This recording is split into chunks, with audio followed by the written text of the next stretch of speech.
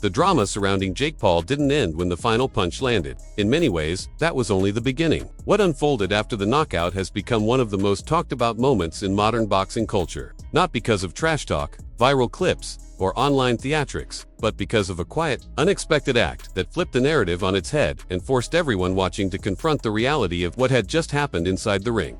When the cameras first caught Jake Paul in the hospital, the mood was far removed from the bombastic confidence he's built his career on. Gone was the bravado, the grin, the endless self-promotion. In its place was a fighter bruised, battered, and visibly humbled. His jaw, broken in 2 places, told the story before he ever opened his mouth. The fight with Anthony Joshua hadn't just ended in a knockout. It had ended in a lesson. Then Anthony Joshua walked through the door. At first, it felt surreal. This wasn't a press conference. This wasn't a post-fight interview. This wasn't content designed for clicks. Joshua didn't show up to gloat, to posture, or to remind the world of what everyone had already seen. He showed up in person, face to face with the man he had just dismantled. Shifting the entire conversation in a single moment, the boxing world froze. Here was a heavyweight champion, fresh off a devastating knockout, standing beside a man many believed had no business sharing a ring with him in the first place. And yet there was no arrogance in Joshua's demeanor, no mocking smile, no victory lap, just a calm presence, quiet words, and an unmistakable message that cut deeper than any punch he had thrown the night before.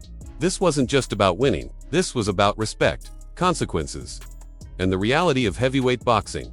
The fight itself had already done enough damage to Jake Paul's image. From the opening bell, it became clear that this wasn't going to be the kind of spectacle some fans had convinced themselves it could be. Paul tried to move, to survive, to buy time. He circled, held, and looked for that one overhand right that could change everything. But against Anthony Joshua, those hopes faded with every passing round. Joshua didn't rush. He didn't panic. He didn't chase a viral knockout. Instead, he did what elite heavyweights do. He read his opponent. He measured distance. He tested reactions. And with each exchange, Jake Paul's confidence visibly eroded. Commentators noticed it almost immediately. What started as ambition slowly turned into survival. Paul wasn't trying to win anymore. He was trying to last. Every step back, every clinch, every desperate movement was a reminder of the gap between someone who learned boxing through ambition and someone who was forged by it. Duke McKenzie summed it up bluntly. This wasn't about points. This wasn't about stealing rounds. This was about sending a message, and the message landed with full force when Joshua finally found his timing and unleashed the right hand that shattered Paul's jaw and ended the experiment once and for all. The knockout wasn't flashy. It didn't need to be. It was decisive, clinical, and final. The kind of punch that reminds everyone watching that heavyweight boxing operates under a different set of rules. One mistake, one opening, and the night is over. As Paul lay there, the weight of the moment settled in, not just the physical pain, but the realization that some levels cannot be skipped. Some lessons can only be learned the hard way. In the aftermath, social media erupted. Some fans celebrated, others criticized. Many debated whether Jake Paul deserved respect for stepping into the ring at all. But the conversation shifted when images and videos from the hospital began to surface. There was Jake Paul, jaw wired, face swollen, thanking his supporters. His words lacked the usual edge. There was humility there, a recognition of the gravity of what he had faced. He didn't boast. He didn't deflect. He acknowledged the challenge, the danger, and the reality of fighting someone like Anthony Joshua. And then there was Joshua. Standing beside him, Carl Froch didn't mince words when reacting to the fight. The idea that Jake Paul could survive against Anthony Joshua wasn't just optimistic, it was absurd. 18 minutes in the ring told the entire story. Paul barely landed anything meaningful, while Joshua controlled every exchange. Froch described it as survival mode, the moment when a fighter realizes the gulf in skill, power, and experience is simply too wide to cross. That realization was written all over Paul's body language by the later rounds. The bravado was gone, the confidence drained. What remained was instinct, grit, and the hope of making it to the final bell. Boxing ego took it even further, emphasizing the physical evidence left behind. A broken jaw isn't opinion. It's fact. It's proof. It's the kind of damage that strips away narratives and exposes reality. This wasn't exaggeration or hype. This was the raw consequence of stepping in with a true heavyweight. Even analysts who tried to offer balance couldn't escape the conclusion. The Wade concept pointed out that Paul's strategy, while clever, only delayed the inevitable. Moving laterally, looking for a counter, trying to disrupt Joshua's rhythm.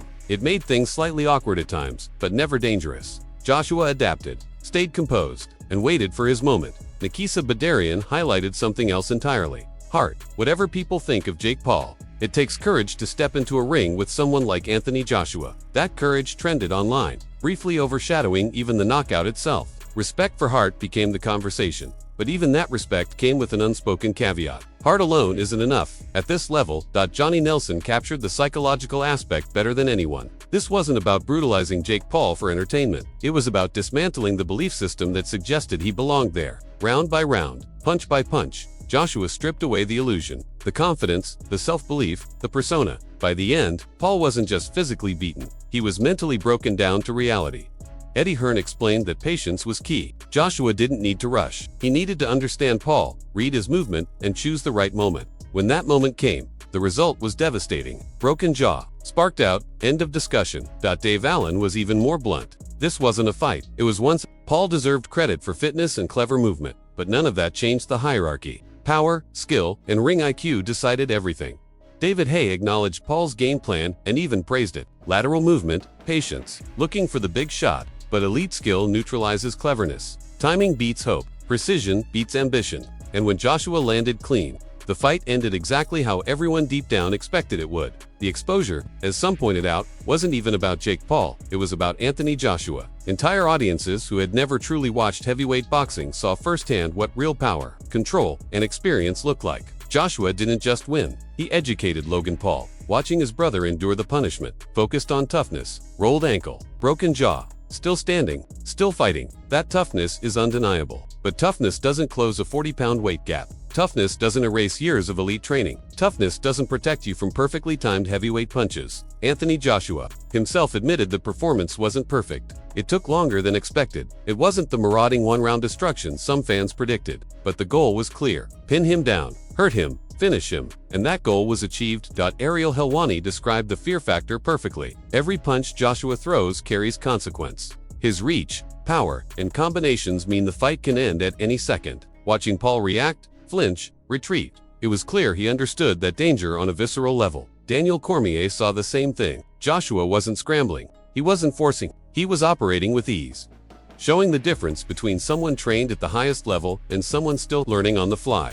And when it was all over, when the lights dimmed and the noise faded, Anthony Joshua walked into a hospital room and delivered the final statement without throwing a punch. That visit said everything. It said this is what real champions look like. It said, boxing isn't just about knockouts and headlines. It's about accountability, humility, and understanding the weight of what happens when worlds collide. For Jake Paul, the night was a harsh reminder that ambition has limits. For Anthony Joshua, it was confirmation of his place in the sport. And for fans, it was a moment that cut through the noise and reminded everyone why heavyweight boxing commands respect. Now the question turns to you. Did this fight change how you viewed Jake Paul, or did it simply confirm what you already believed about Anthony Joshua's dominance? Do you think Paul has any future at this level, or was this the final reality check? Drop your thoughts in the comments below, and if you enjoyed this breakdown, make sure to like the video, subscribe to the channel, and let us know what story you want covered next.